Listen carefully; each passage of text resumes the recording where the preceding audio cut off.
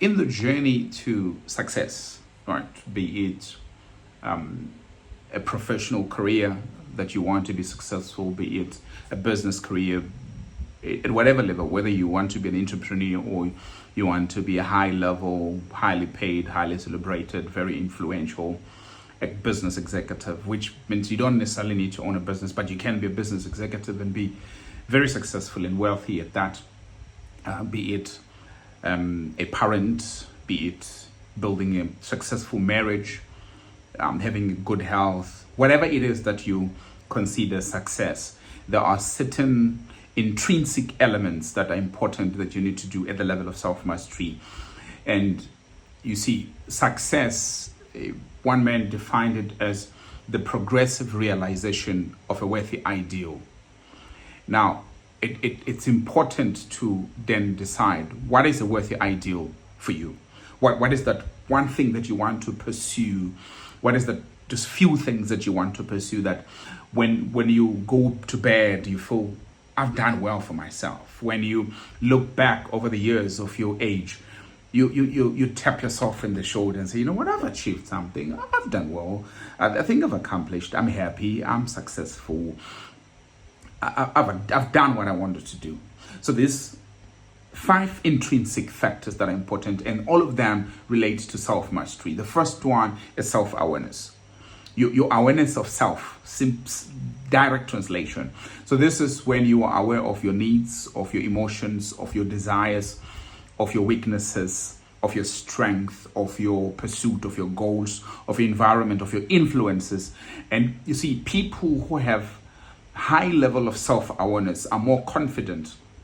People who have a high level of self-awareness often pursue the things that really matters to them. They're not influenced, they're not persuaded by things that are just happening around them. They don't stop because people are stopping. They don't move because people are moving. They go in the direction that matters to them, and they sleep to rest because it matters to them. But they don't sleep because they say sleep 8 hours. They don't work because they say you work 8 hours. They work to the level that fulfills them. They know what fulfills them. They know what annoys them.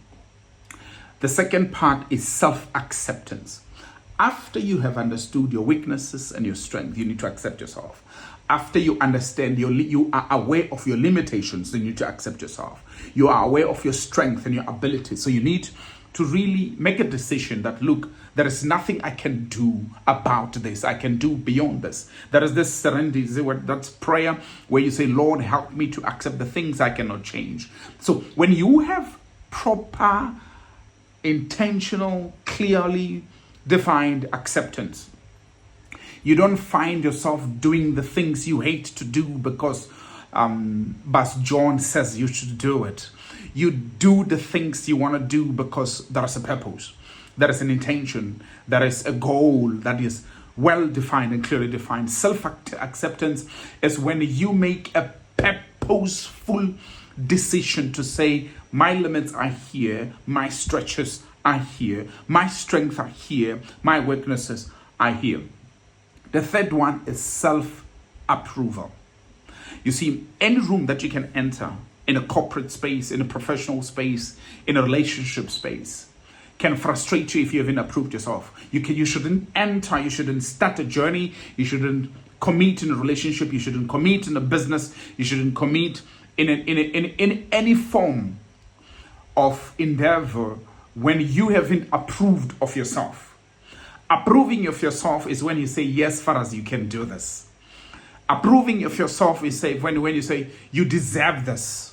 It's for you, you qualify for this. When you have approved yourself, that is why you hear the stories of the likes of Thomas Edison, who we say he failed 10,000 times, and he says, I didn't fail 10,000 times. I have found 10,000 methods that do not work, right?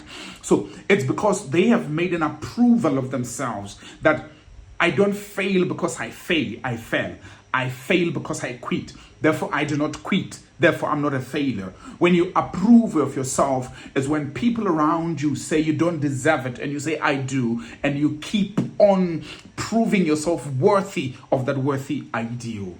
The third one is self-commitment.